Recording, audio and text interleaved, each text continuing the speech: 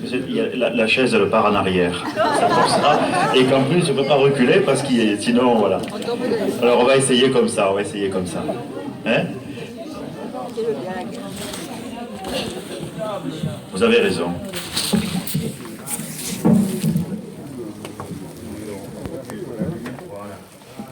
Voilà, celui-là, il marche aussi. C'est bon, c'est bon.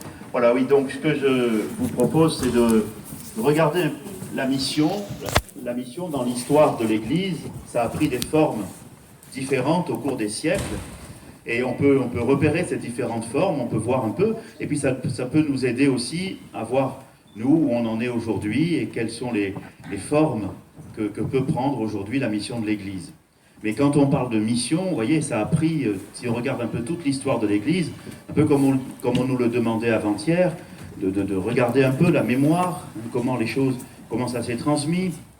On disait, vous savez, quand on est arrivé là le premier soir, on a commencé aussi par dire des prénoms pour se souvenir de ceux qui nous ont annoncé l'Évangile. Voilà, comment ça s'est transmis, comment l'Église elle-même a pris acte de la nécessité pour elle d'annoncer l'Évangile et comment elle l'a fait. Alors on va le faire à grandes enjambées, et puis on accordera un petit moment encore tout à fait à la fin pour notre situation d'aujourd'hui. Alors si on regarde à grandes enjambées, d'abord dans les textes du Nouveau Testament, on peut repérer deux accents pour parler de l'annonce de l'Évangile. Deux accents. Un premier accent qu'on a dans les textes surtout de Saint Paul, qui insiste sur la nécessité de l'annonce de l'Évangile. Malheur à moi si je n'annonce pas l'Évangile. Ou bien vous l'avez dans ce texte de Matthieu, qu'on a dans notre livret, là tout au long de ces jours-ci, allez de toutes les nations, faites des disciples, baptisez-les au nom du Père, du Fils et du Saint-Esprit. Vous voyez ce texte de l'annonce missionnaire, voilà, qu'on retiendra sur missionnaire. Et puis si on regarde les textes plutôt johanniques, l'évangile de Jean, les épîtres de Jean, on voit une autre insistance qui est plutôt celle de recevoir du Christ et même du Dieu Trinité la mission. Comme le Père m'a envoyé, moi aussi je vous envoie. Si quelqu'un m'aime, il gardera mes commandements, nous viendrons et nous ferons chez lui notre demeure. Vous voyez, c'est la mission au sens d'être disciple, c'est-à-dire de recevoir pour soi, en soi, le témoignage qui vient de Dieu. La mission vient de Dieu et nous, on l'accueille. Voilà, il y a ces deux accents, le missionnaire et le disciple, ou comme dit le pape François dans La joie de l'Évangile, le disciple missionnaire. Il y a à la fois johannique et paulinien. Le fait de vivre en disciple, d'être soi-même destinataire de la mission de Dieu. Dieu a tant aimé le monde, Jean chapitre 3 verset 16, qu'il a envoyé son propre Fils. Voilà, d'être destinataire de cela, et puis en même temps d'être missionnaire, malheur à moi si je n'annonce pas l'Évangile, chez saint Paul. Alors quand on a repéré ces deux thèmes-là, qu'on retrouve dans les textes du pape François, disciple missionnaire, puis on l'a vu déjà depuis avant-hier, et qu'on regarde l'histoire de l'Église à grandes enjambées, on peut faire rapidement 4 étapes. Première étape, je l'appelle le temps de la dilatation, c'est-à-dire les tout premiers siècles, les toutes premières décennies. À ce moment-là, il n'y a pas de stratégie missionnaire, mais on lit par exemple dans les Actes des Apôtres, eh bien, l'Esprit adjoignait régulièrement à la communauté de nouveaux croyants. Vous voyez, le temps de la dilatation, on ne cherche pas tellement quelle stratégie on va avoir, missionnaire et tout ça, mais on vit, et le fait de le vivre fait que peu à peu des gens rejoignent. Vous voyez, si vous regardez les premiers pères de l'Église, vous voyez beaucoup ça. On ne parle pas beaucoup de mission, mais on parle justement de cette Église qui se dilate, qui s'étend comme ça, parce que l'Esprit Saint fait venir. Et souvent d'ailleurs, on remarque que c'est à cause des persécutions, c'est à cause du témoignage des martyrs, que peu à peu, Dieu adjoint de nouveaux croyants qui sont impressionnés, marqués par le témoignage de ceux qui vont jusqu'à donner leur vie à cause de la foi. Un père de l'Église qui s'appelle Tertullien disait « c'est le sang des martyrs qui est semence de chrétiens ». Nous, voyez, à Marseille, on peut faire mémoire de ce temps-là parce qu'on a à Saint-Victor, justement, on a Saint-Victor, un martyr. On a Notre-Dame de confession des martyrs. Et chaque année, quand on va à la Chandeleur à Saint-Victor, on se replonge dans ce moment-là de toute notre histoire diocésaine, où là, c'était par dilatation. On retrouve quelque chose de ce premier moment aussi dans certains textes du pape François, lorsqu'il dit par exemple, l'Église ne grandit pas par prosélytisme, mais par attraction. L'Église ne grandit pas par prosélytisme, mais par attraction. Vous voyez, c'est un premier moment. Alors c'est chronologique, mais en même temps, la mission, elle prend aujourd'hui, tous ces moments-là, bien sûr, ils font partie de ce qu'est la mission. Première étape, le temps de la dilatation. Et ça se dilate comme ça, tout doucement. Vous voyez, Henri de Lubac, qui est un grand théologien du XXe siècle, jésuite, disait, une des choses qui l'a fait beaucoup réfléchir, il avait fait la guerre de 14, il avait été marqué par tout ça, et puis ensuite il avait écrit son premier grand livre, Catholicisme, en 1938, et il disait qu'une des choses qui l'avait fait réfléchir, c'était de s'apercevoir que l'Église, alors qu'elle n'était encore qu'une poignée de familles disséminées dans les bourgs et les bourgades de la Méditerranée orientale, l'Église avait déjà conscience d'avoir reçu en charge le salut du genre humain tout entier. Vous voyez, pas de grande stratégie missionnaire, mais ça se dilate. Et l'Église, même si elle est toute petite, elle a conscience de sa catholicité. Elle a conscience que la catholicité de l'Église n'est pas proportionnelle à sa surface sociale, même quand elle est réduite à une petite minorité dans des bourgades, comme disait de Lubac, de la Méditerranée orientale. Voilà, nous sommes héritiers de ça aussi à Marseille. C'était le premier temps, temps de la dilatation. Deuxième temps, temps de la chrétienté. C'est-à-dire au moment où les empereurs romains deviennent chrétiens. Vous savez, Sainte Hélène, la mère de Constantin. Sainte Hélène, pour nous, c'est important à cause du Garlaban. Parce que c'est Sainte Hélène qui était allée chercher la croix, comme on dit l'invention de la croix, vous savez, la croix du Christ. Et c'est à cause de ça qu'au Garlaban, ceux d'Aubagne le savent, au Garlaban, autour du 1er mai, par là, on monte au Garlaban parce que c'est le moment de la croix, l'invention de la croix. Après, c'est une fête qu'on a en 69, qui a disparu du calendrier pour pouvoir réunir un peu les choses. Alors on fête la croix glorieuse le 14 septembre, mais au Garlaban, on continue à monter au début mai à cause de Sainte Hélène. Donc Hélène, la maman de Constantin, puis Constantin, qui se convertit, l'empereur, et puis Théodose ensuite. Et alors, à ce moment-là, bien sûr, les chrétiens sont plus persécutés. Pour la mission de l'Église, c'est différent. On est installé, on bâtit des églises, et petit à petit, on quadrille le territoire. Remarquez, difficilement. Dans les villes, encore, ça va. Nous, on le sait à Marseille. Mais dans les campagnes, plus difficilement.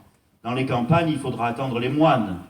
C'est les moines qui, peu à peu, vont transformer le paganus paysan. Paganus, ça veut dire à la fois paysan et païen, en chrétien. Nous, à Marseille, on a été acteurs de ça, notre Église, à cause de Cassien. Et grâce à Cassien, de tout l'essor du monachisme en Occident, à cause de sa propre histoire à lui. On l'a évoqué hier soir, ou avant-hier soir, on l'a évoqué, vous savez, avec il était roumain, puis à Constantinople avec Saint Jean Chrysostome, et puis après dans les déserts, avec les pères du désert, en Égypte et tout ça. Nous, on a été conscients de ça aussi, forcément à Saint-Victor, qui était de l'autre côté de la ville, côté campagne déjà, côté campagne. Et puis après, l'abbaye de Saint-Victor, vous savez, tout son essor et tout ça. Donc ce moment-là de la chrétienté, où la mission, en fait, consiste surtout à organiser une vie chrétienne dans un pays qui est devenu chrétien. Avec la vigilance qu'il a fallu garder, parce que c'est pas parce que le chef se convertit que tout le monde devient chrétien. Sur le papier, oui.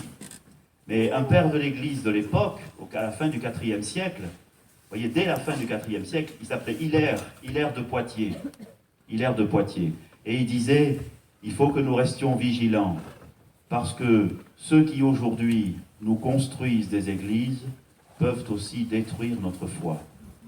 C'est-à-dire qu'à force d'être installés, on risque de ne plus être croyants. Voyez ? Et Hilaire, il avait déjà vu au IVe siècle, à la fin du IVe siècle. Voilà, alors le temps de la chrétienté, qui va durer assez longtemps d'ailleurs, et ça va changer un petit peu, ça va commencer à changer au XIIIe siècle, lorsque, à cause des grandes invasions de l'Empire mongol, en particulier la naissance des ordres mendiants, franciscains, dominicains, on va commencer à voir que peut-être il faudrait aussi ne pas simplement rester là, où il y a déjà l'église bien installée, mais partir. Les franciscains, par exemple, ils vont aller jusqu'en Mongolie, et puis ils vont aller à Marrakech. Et puis les dominicains, ils vont ouvrir des écoles pour apprendre l'arabe, en Espagne, au XIIIe siècle. Ils vont traduire le Coran en latin. C'est eux qui vont commencer à faire tout ça. Les dominicains et les franciscains au XIIIe. Et là, on commence à sentir que la mission de l'Église, c'est pas simplement gérer le territoire devenu chrétien, mais partir, même si c'est au loin, parce qu'il faut aussi annoncer l'Évangile à ces peuples-là. Et c'est ça qui va s'intensifier encore dans le troisième temps, donc 1, temps de la dilatation, 2, temps de la chrétienté, 3, temps des missions lointaines. C'est-à-dire, ça change vraiment à la fin du XVe siècle, en 1492, avec la découverte du continent américain, et puis c'était déjà avec toutes les grandes explorations maritimes des Espagnols et des Portugais jusqu'en Inde, et jusqu'en Chine, et etc., jusqu'au Japon, vous voyez. Et donc là, il va y avoir toute une période où, d'ailleurs, aujourd'hui, quand on parle encore de missions, souvent on pense à ça, aux missions lointaines.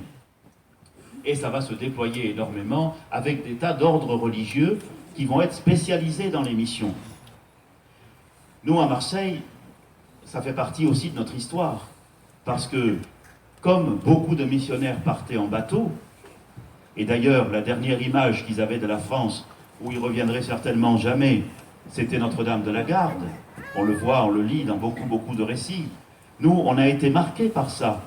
Du coup, beaucoup de procures. Les procures, c'est des lieux où, comme par exemple les lazaristes, les jésuites, tout le monde avait, tous les religieux avaient leur maison à Marseille pour pouvoir aider au départ de ceux qui partaient, accueillir ceux qui revenaient, etc.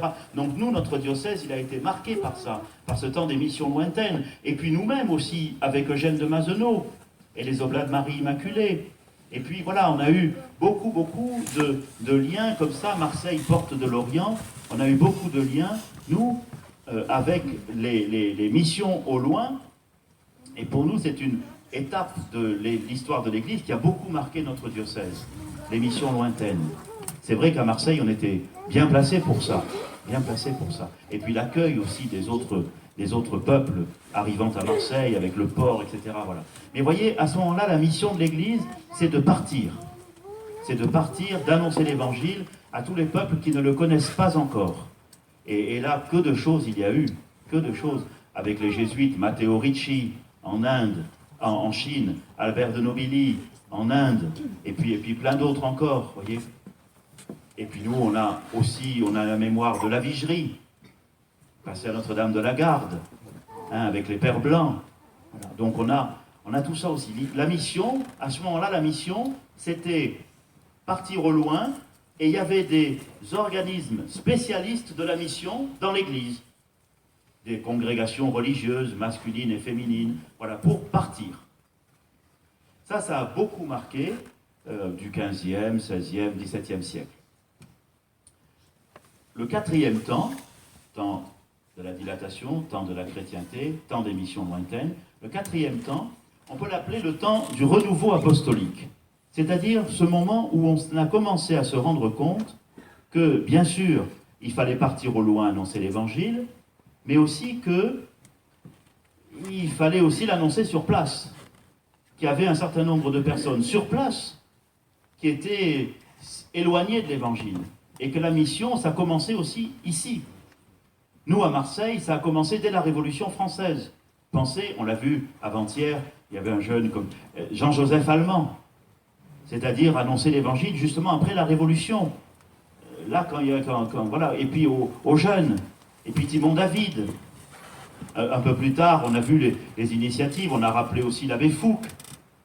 Mais ce moment-là où on commence à voir que la mission, bien sûr, c'est au loin, mais il y en a besoin aussi sur place. Il y en a besoin aussi sur place. Il y a eu, par exemple, parce que, bon, les missions lointaines, bon, bien sûr, on voit bien comment ça a marché, mais on voyait sur place le besoin de renouveler la dynamique missionnaire de l'Église. L'Église, la mission, c'est pas simplement ce qui se passe au loin, mais ce qui se passe aussi ici. On jouait un rôle très important, certains textes du pape Pie XII, en 1949, Mystici Corporis, une de ses encycliques, et surtout celle qu'on connaît tous, en 1957, Fidei Donum, vous voyez, pour l'envoi des prêtres, pour que toute l'Église prenne conscience qu'elle a besoin d'être missionnaire. Et puis après, c'est le moment aussi, dans les années 1940, où ont commencé plusieurs expériences missionnaires locales. Par exemple, chez nous, Jacques Leuve, qui, avec les Dominicains, avec l'appui des Dominicains, décide d'être docker sur le port de Marseille, d'être prêtre ouvrier, et d'être avec ces gens-là. Évidemment, la guerre de 14-18, la guerre de 39-45, tout ça, ont aidé à prendre conscience du fait qu'il y avait beaucoup à faire pour l'annonce de l'Évangile ici même. Et, par exemple, on a employé cette expression, Marie-Dominique Chenu, et puis d'autres encore, de communauté de destin, de vivre avec les gens, être missionnaire, c'est vivre une communauté de destin avec le peuple dans lequel on est. Marie-Dominique Chenu disait en 1947, l'Église tout entière est en état de mission. Et puis vous savez ce livre de 1943, France, pays de mission. Et donc on a développé chez nous, à Marseille par exemple, Jean Gentil et quelques autres prêtres avaient envoyé une lettre à l'évêque de l'époque qui s'appelait Monseigneur Delay, pour demander à créer, dans les quartiers nord, à la Cabucelle et à Saint-Louis, une paroisse missionnaire. C'était ça le titre, une paroisse missionnaire. Et du coup, ils s'y sont installés et ils ont travaillé. Et vous voyez ce moment-là où la mission, c'était là, sur place. Et c'était d'être avec, soit qu'on était prêtre ouvrier, soit qu'on était avec les gens, mais en tout cas, voilà, d'être avec, comme on l'avait été aussi pendant la guerre. Vous voyez, voilà, cette mission sur place. Jean Arnaud a beaucoup marqué aussi, est un témoin de cette époque. Georges Alloher, l'oncle de Pierre Richaud, qui est aussi quelqu'un de cette époque-là, voilà, qui a été marqué par ça. C'était ce moment vraiment du renouveau apostolique. Était passé d'ailleurs en 1947, était passé à Marseille un jeune prêtre polonais qui faisait ses études à Rome et qui s'appelait Karol Wojtyła. Et il voulait voir Jacques Leuve. Il était passé pour voir Jacques Leuve, parce qu'on entendait parler de ses expériences missionnaires en France. C'est le moment où est née la mission de France, c'est le moment, vous voyez, où il y a eu beaucoup d'initiatives missionnaires ici. Et alors, il était avec un collègue à lui, et ça les intéressait. Voilà, alors quand il est passé, malheureusement, Jacques Leuve était au travail, donc il a mangé à la Cabucelle, mais il n'a pas vu Jacques Leuve. Mais voilà, il est passé. Et ensuite, il a écrit un article, d'ailleurs, en rentrant dans une revue polonaise, pour expliquer toutes ces nouvelles formes de la mission en France. Vous voyez, le renouveau apostolique. Ce renouveau apostolique, évidemment, il va trouver son point d'orgue dans le Concile Vatican II. Dans la façon dont on va au Concile Vatican II, passer d'une théologie des missions à une théologie de l'Église missionnaire. Qu'est-ce que ça signifie, Église missionnaire? Et donc ça va beaucoup marquer aussi toute cette étape, 1962. Un petit peu plus tard, 1979, à Nowa Huta, Karol Wojtyła, qui est devenu Jean-Paul II, lance cette idée de nouvelle évangélisation, c'est-à-dire d'évangélisation, d'annonce de l'évangile, là où elle a déjà été annoncée une première fois, c'est-à-dire surtout en Europe. Et ça va dans le même sens, c'est-à-dire, vous voyez, chercher là, sur place, comment faire pour que l'Église soit vraiment missionnaire. Alors il lance ça, vous connaissez tout ce qui a été fait à partir de là, et puis, puisque Benoît XVI d'ailleurs a repris souvent cette nouvelle évangélisation, Benoît XVI, quand il s'appelait Ratzinger, enfin il s'appelle toujours Ratzinger, mais quand il était Ratzinger, disons, avait écrit d'ailleurs dans un livre en 1967 sur le nouveau peuple de Dieu, tout un chapitre sur la mission, où il avait cette formule, il disait au fond la mission, c'est la façon dont l'Église accompagne la marche de Dieu vers les peuples du monde. La façon dont l'Église accompagne la marche de Dieu vers les peuples du monde. Et en 2000, pour une rencontre des catéchistes, il avait fait un grand texte sur la nouvelle évangélisation pour dire ce que c'était, et il avait repris ce proverbe, il disait, vous savez, comme dit le proverbe, le succès n'est pas un nom de Dieu. La nouvelle évangélisation, c'est pas de faire du nombre. Le succès n'est pas un nom de Dieu. Et dans l'Église, il y a toujours le grand arbre et le grain de sénévé. Le grand arbre, bon, parce qu'on vient de toute une histoire, parce qu'il y a des institutions, etc. Et le grain de sénévé, parce qu'on est toujours en train de semer. Et quand on regarde d'ailleurs notre église de Marseille, on voit bien qu'il y a les deux choses. Le grand arbre et le grain de sénévé. La petite chose qui commence discrètement, fragilement, mais qui est là et qui... Voilà. Et puis, ce temps du renouveau apostolique qui passe donc par toutes ces périodes-là, on le retrouve ensuite, j'ai cité Benoît XVI, on le retrouve bien sûr dans les écrits du pape François, avec cette volonté, je le disais au tout début, de nous inviter à être disciples missionnaires. Pas simplement missionnaires au sens où il suffirait d'annoncer, mais aussi disciples au sens où il s'agit de recevoir, d'accueillir, de témoigner, d'être là. D'être là. Un évêque, l'évêque d'Oran, Pierre Claverie, insistait beaucoup là-dessus, sur le fait d'être là. Que ferait l'Église si elle n'était pas là où l'humanité a besoin d'elle, voilà, où des gens sont en difficulté, voilà, être là, être là. Et parfois être là, vous le savez, surtout dans toute cette période-là, ça peut conduire à être là en silence. Ça fait aussi partie de l'annonce de l'Évangile que d'être là en silence. Un prêtre qui était né pas loin d'ici, à Trébons, c'est tout près de Lourdes, ça, c'est entre Lourdes et Bagnères de Bigorre, s'appelait Albert Périguère, avait été un disciple de Charles de Foucault. Et lui, il est parti au Maroc, il a habité à El Kebab pendant des années, et tout le temps, il était là, il était arrivé chez des Berbères, et lui, il voulait, pour lui, toute son compréhension de la mission, c'était que, de même que le Christ avait passé 30 ans pour être vraiment un juif de Palestine, maintenant, avec lui, Périguère, eh bien, le Christ passait des années pour devenir un berbère du Maroc. Et ça voulait dire, d'abord, apprendre la langue berbère. Et puis, pas que la langue, il a écrit, ce Périguère, il a écrit un dictionnaire psychologique de la langue berbère. Parce qu'il pensait qu'il n'y a pas que la langue, il faut voir aussi les coutumes, comment, voilà, tout ça. Voilà, cette façon d'être là. Et même si, il disait, il n'y a pas besoin beaucoup de gens qui... Il y a trop de gens qui parlent du Christ. Et il n'y en a pas assez qui le vivent. Et donc, il faut le vivre. Et après, éventuellement, le parler. Mais d'abord, le vivre. Le montrer par sa vie. Le montrer par sa vie. Voilà, c'est tout ça, vous voyez, ce renouveau apostolique, le temps du renouveau apostolique, qui a donné, et que nous on le voit aussi dans toutes les initiatives pastorales qu'on essaie de prendre. Regardez à Marseille, je pense là, par exemple, à ce qu'on fait à Notre-Dame de la Garde pour l'accueil des enfants qui viennent de naître. C'est une petite initiative pastorale. C'est une façon pour nous d'avoir de la créativité apostolique, de se dire comment on peut faire aujourd'hui. Peut-être ils n'iront pas baptiser le petit, mais on peut monter à Notre-Dame de la Garde.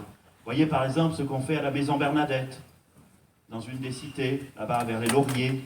Et puis on fait de l'accueil, et puis on fait du soutien scolaire, et puis on fait de l'animation. Regardez ce qu'on fait avec le Rocher.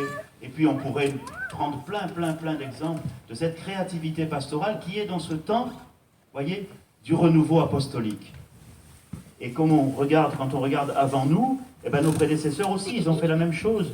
Ils ont essayé de traduire ce qu'ils avaient reçu en prenant des initiatives pour vivre le Christ, le montrer et aussi l'annoncer. Et si vous regardez en arrière, ceux qu'on a évoqués, de Belzins, Fouque et tout ça, tous ceux qui étaient là avant-hier, et nous on peut se dire aussi, c'est comme ça qu'on a reçu l'Évangile. Alors voilà, à très grandes enjambées, ce qu'on peut comme ça repérer dans l'histoire de notre Église sur l'annonce et la vie missionnaire de notre Église de Marseille. J'aimerais pour terminer revenir à la phrase qui est celle qui nous a été proposée comme thème, avec Marie, la joie de la mission. Il me semble que cette joie de la mission, elle vient en 4 temps. C'est comme un moteur à 4 temps, si vous voulez. D'abord, il y a la joie qu'on a à recevoir. Celle-là, il ne faut jamais l'oublier. D'être destinataire nous-mêmes. La joie qu'on a à recevoir.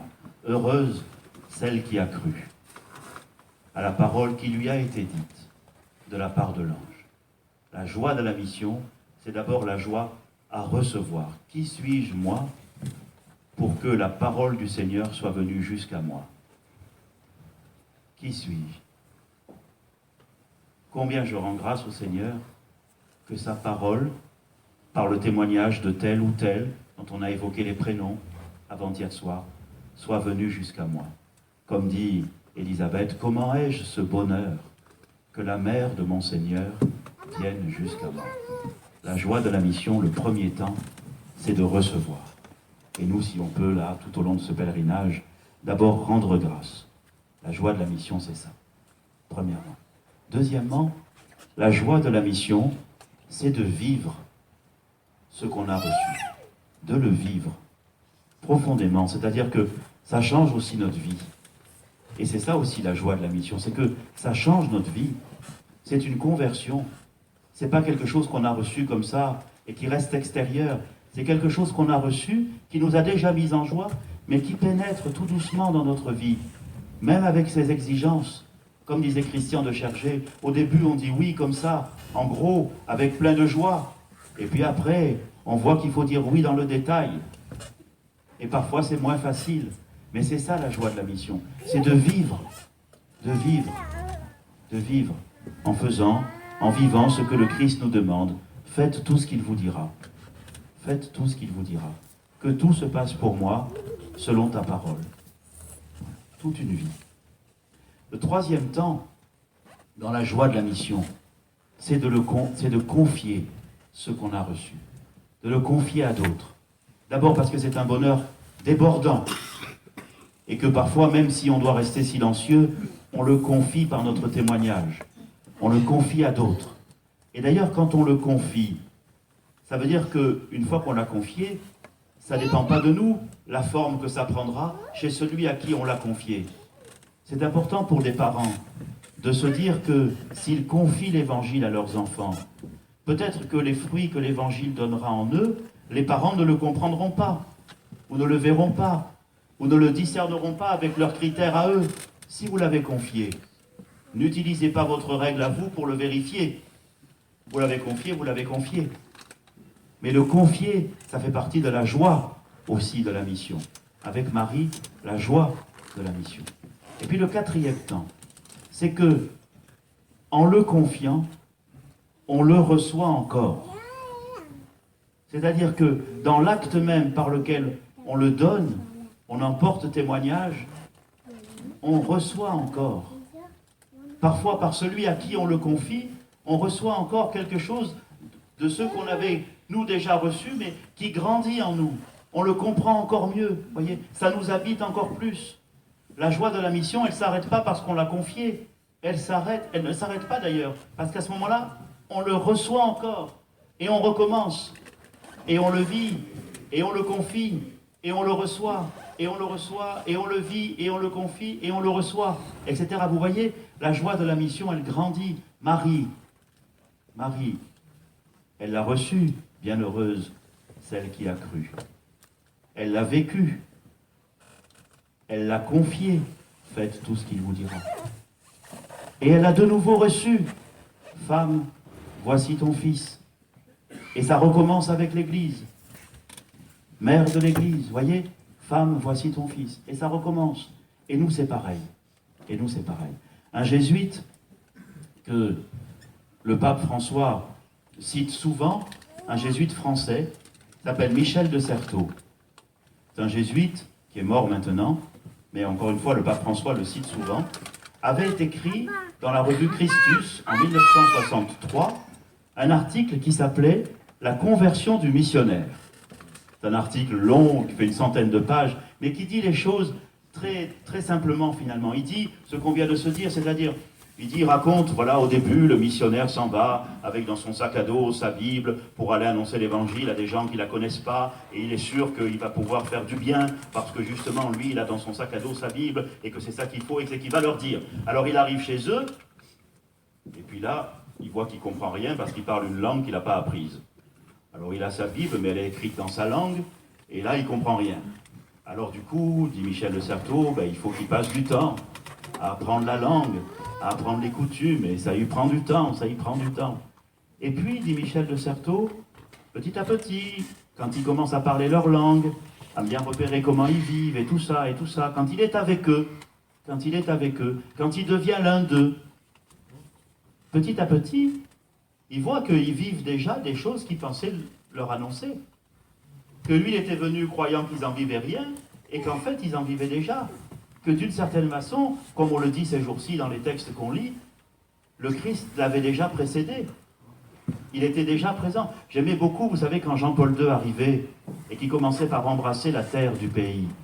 Comme si il fallait embrasser cette terre où les pas de Dieu avaient croisé les pas des hommes avant même les pas des missionnaires. Que Dieu était déjà là, qu'il nous précède en Galilée. Voyez ? Et du coup, l'histoire sainte d'un pays est largement plus grande que l'histoire de l'Église dans ce pays. Et donc, dit Michel de Certeau, le missionnaire, petit à petit, s'aperçoit, oui, que Dieu l'a précédé là. Et puis, continue l'article, et il dit, et alors le plus étonnant pour le missionnaire, c'est que, maintenant que ça y est, ils parlent bien leur langue, maintenant que ça y est, il est capable de leur parler de la Bible, il s'aperçoit qu'en la leur donnant, qu'en leur en parlant, il comprend mieux des choses qu'il y avait dans la Bible et que jusque-là, il n'avait pas encore comprises lui-même. Voyez, c'est en le leur donnant qu'il la reçoit de nouveau. Et alors Michel de Certeau dit, comme si certaines fleurs encore closes de son jardin chrétien avaient eu besoin pour pouvoir éclore du soleil qui leur viendrait de ces autres cultures que ne ponctuait pourtant aucun signe chrétien. Et bien c'est ça aussi la joie de la mission. C'est ça aussi la joie de la mission. Dans l'acte même par lequel on témoigne du Christ comme disciple, on reçoit de ceux à qui on témoigne quelque chose qui nous éclaire encore plus sur le Christ, qui est encore plus grand que ceux qu'on croyait savoir de lui. Peut-être que nous, en rentrant à Marseille, on fera comme de bons jardiniers qui cherchent les fleurs qui ne demandent qu'à éclore. Souvent, vous savez, c'est les fleurs les plus humbles que le Seigneur fait éclore et d'où nous viennent les plus belles choses. C'est les lys des champs, c'est les boutons d'or, c'est les petites fleurs de rien du tout qui poussent comme elles peuvent. Mais nous, on est chargés d'entretenir cela, de recueillir de ces fleurs des champs les plus humbles ceux qui nous éclairent sur le Christ et sur ce que c'est que annoncer l'évangile du Christ et qu'en vivre. Fleuris là où tu es semé, disait saint François de Sales. Vous vous rappelez, on va aller avec les prêtres à Annecy bientôt. Fleuris là où tu es semé. Et la maman de Christian de Chergé, lorsque Christian de Chergé, avec les moines, se demandait s'il fallait partir ou s'il fallait rester à Tibérine, elle lui a redit cette phrase en lui disant, tu vois, les fleurs ne changent pas d'endroit pour fleurir. Elles fleurissent là où elles sont. Et Périgueux disait, la bonté, c'est ça le nom de Dieu, mais la bonté ne choisit pas. Elle prend ce qu'il vient. Et à partir de ça, elle se donne. Alors nous aussi, accueillons les petites fleurs de l'église de Marseille, faisons un bouquet, mais, et je termine là-dessus, n'oublions pas de regarder tout ce que Dieu produit. Je termine sur ce conseil que saint François d'Assise donnait à Sainte Claire. Sainte Claire, vous savez, avait fait le monastère, et puis elle avait fait un jardin. Alors François lui dit, ben c'est bien de cultiver ton jardin. Mais il lui donne ce conseil. Il lui dit surtout, ne cultive pas tout ton champ. Parce que sinon, comment pourrais-tu te réjouir de ce que Dieu fait pousser sans toi? Ne cultive pas tout ton champ. Cultive, mais garde toujours un petit endroit que tu ne cultives pas pour que tu puisses te réjouir de ce que Dieu fait pousser sans toi. Voilà, c'est tout cela la joie de la mission, c'est tout cela que je nous souhaite de partager ensemble.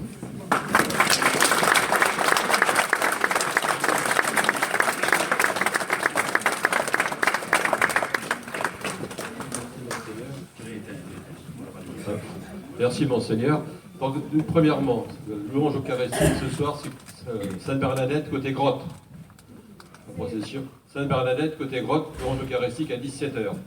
Vu le temps, Et comme Saint-Pilice est pris par les militaires, donc Sainte-Bernadette, côté grotte. Je vous rappelle tout à l'heure, à 14 h, il y a 3 ateliers pour lesquels vous pouvez venir. Il y en a un, c'est les chants.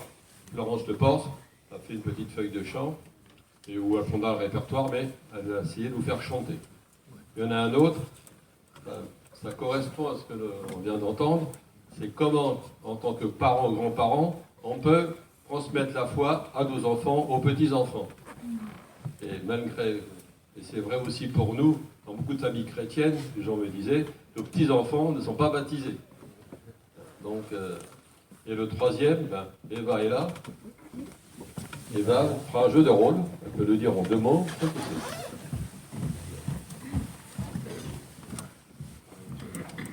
Bonjour à tous. Alors, aller pour accompagner, moi je vous propose cet après-midi un atelier sur les différents visages de la pauvreté et sur l'accompagnement. Et là, ça se trouve au premier étage. C'est Choquet, Gerlier, chauffeur. C'est au premier étage. Voilà, c'est tout. À moins qu'il y ait d'autres questions. Voilà.